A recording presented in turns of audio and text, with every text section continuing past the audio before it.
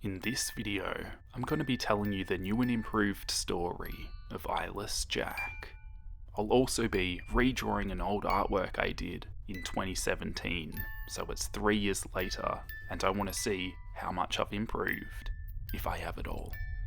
Be sure to subscribe for more creepypasta videos, and let's jump right into it. Enjoy. Eyeless Jack Origin. Eyeless Jack was originally a normal straight-A student until he met a girl named Jenny, who was part of a cult gathering who worshipped a demon called Chernabog.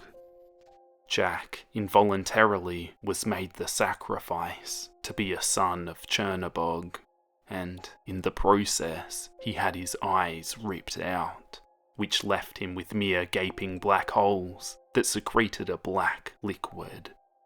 Possessed, and in a fit of rage, Jack killed the cult members one by one and ate their kidneys with his set of razor-sharp, pointed teeth that had formed during the process of the sacrifice. Human organs were his new craving, although kidneys were his chosen favourite.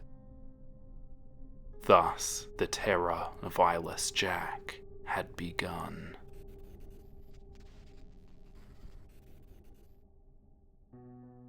I was never a superstitious person.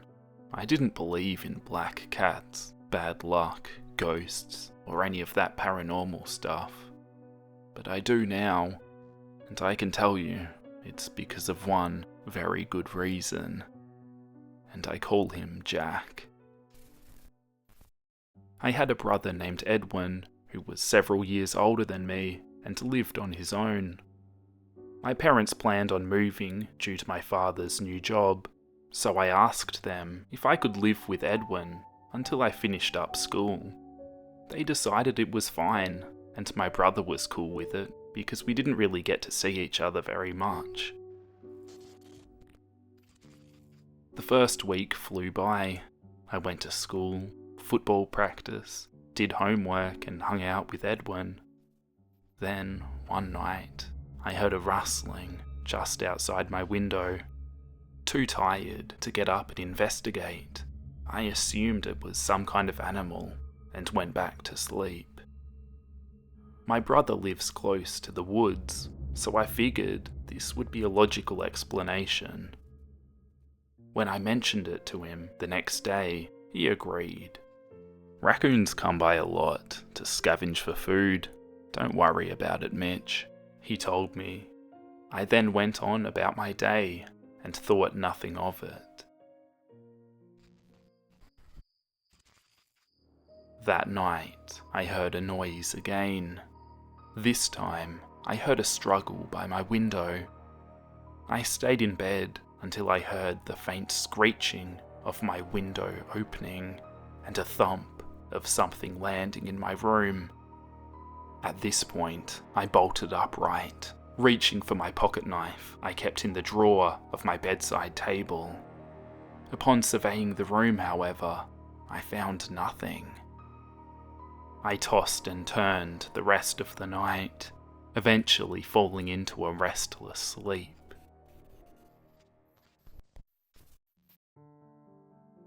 I got up early that morning and went to the bathroom. I felt an ache in my side, and my cheek stung. When I looked in the mirror, there was a gash on the left side of my face, and my side had a long incision that had been sewn up a few hours ago. I rushed into my brother's room, stumbling a bit because of my injuries, and shook him awake. As soon as he cracked his eyes open, he zeroed in on my face and shot up. "What the hell happened to you, Mitch?" he demanded. I have no idea." My brother got a scared look in his eye, and without another word, he got up and got dressed. He then drove me to the doctor. When we got to the hospital, I was checked over, and a series of tests were done. The doctor cleaned and sewed up the wound on my face and gave me a prescription for some painkillers. My brother and I filed a report to the police.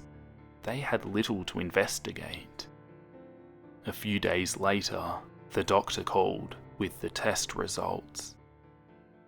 "I'm sorry, Mitch. I don't really know how to break the news to you. This hasn't really happened before, but, your left kidney is gone. It's been stolen. Whoever did this really knew what they were doing. Have you told the police yet?" I assured him that we had filed a report and that we would share this new information with them. I couldn't believe it. My kidney was just gone. I went to bed that night, scared and unsure.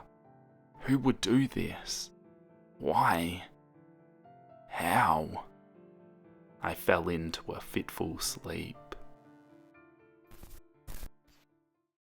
Around midnight, I awoke to a truly horrifying sight.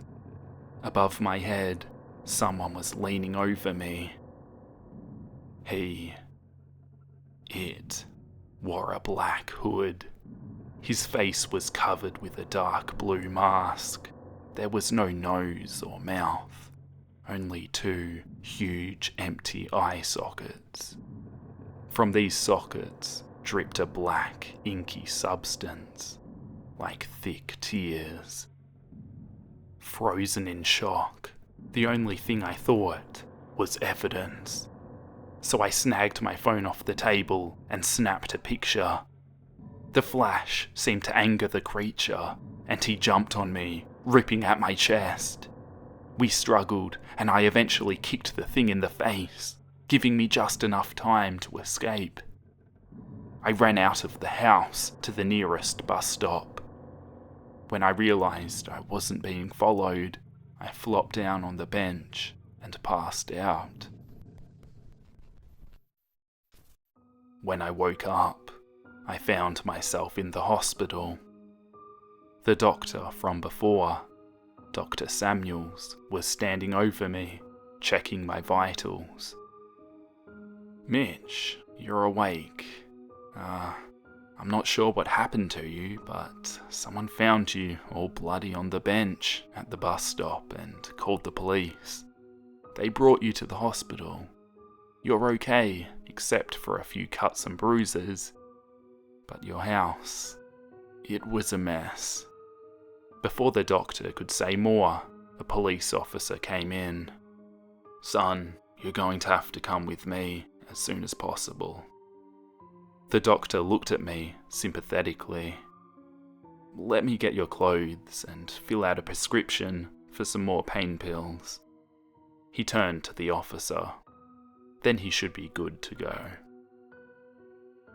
A few minutes later, I was in the passenger side of a police car, wearing my clothes from before, clean and sewed up, and clutching a bottle of pills. The officer got in the other side, turned and addressed me.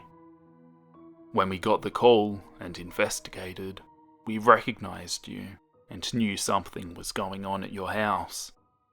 The paramedics transferred you to the hospital while we went and checked your residence. What we found, it was horrifying. The place was torn apart. It looked like whatever did this was extremely angry, and the victim, he was a gruesome sight to behold. Son, we're pretty sure that was your brother, but we need you to identify him for us to be sure. Can you do that?" In all honesty, I didn't think I could, but I had to. How else would we know for sure it was Mitch? So I agreed.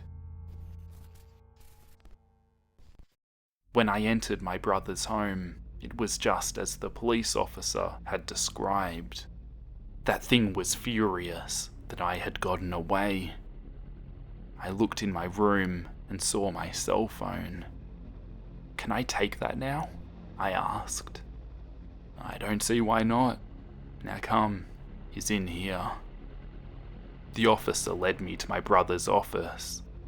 Papers were scattered everywhere from an evident struggle. Books were lying on the floor like they had been tossed. His desk chair was upturned and his laptop smashed. The window was halfway open, and below it, oh goodness, his torso was ripped open, his innards all spilling out. He had slashes all over his arms and legs and face. "That's him all right," I said softly.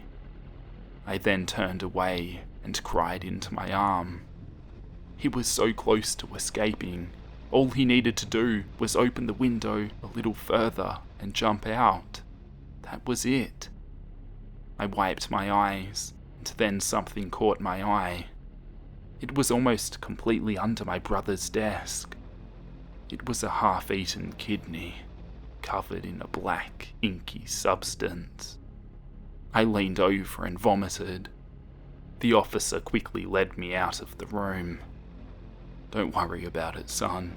2 of the new technicians did that as well. Now I called your parents and let them know what happened. They're gonna pick you up in a bit. The guy responsible for this hasn't been caught yet, but we will get him. Now, we just need your statement." I filled out the necessary paperwork and went home with my parents. The funeral for Edwin was a closed casket ceremony, of course. I went on with my life, as hard as it was. I jumped at every little noise. My therapist says I have PTSD. Sometimes I spot splotches of inky substances around me. I decided to name the creature Jack. My therapist says that if I give it a harmless name, it will help me get over my fear. That hasn't worked yet. Oh, and the picture on my phone? It's just a black screen, despite the flash. I tried every picture restoration program out there. No one is to see Jack. But the one thing that is always on my mind now, when will he come back for me?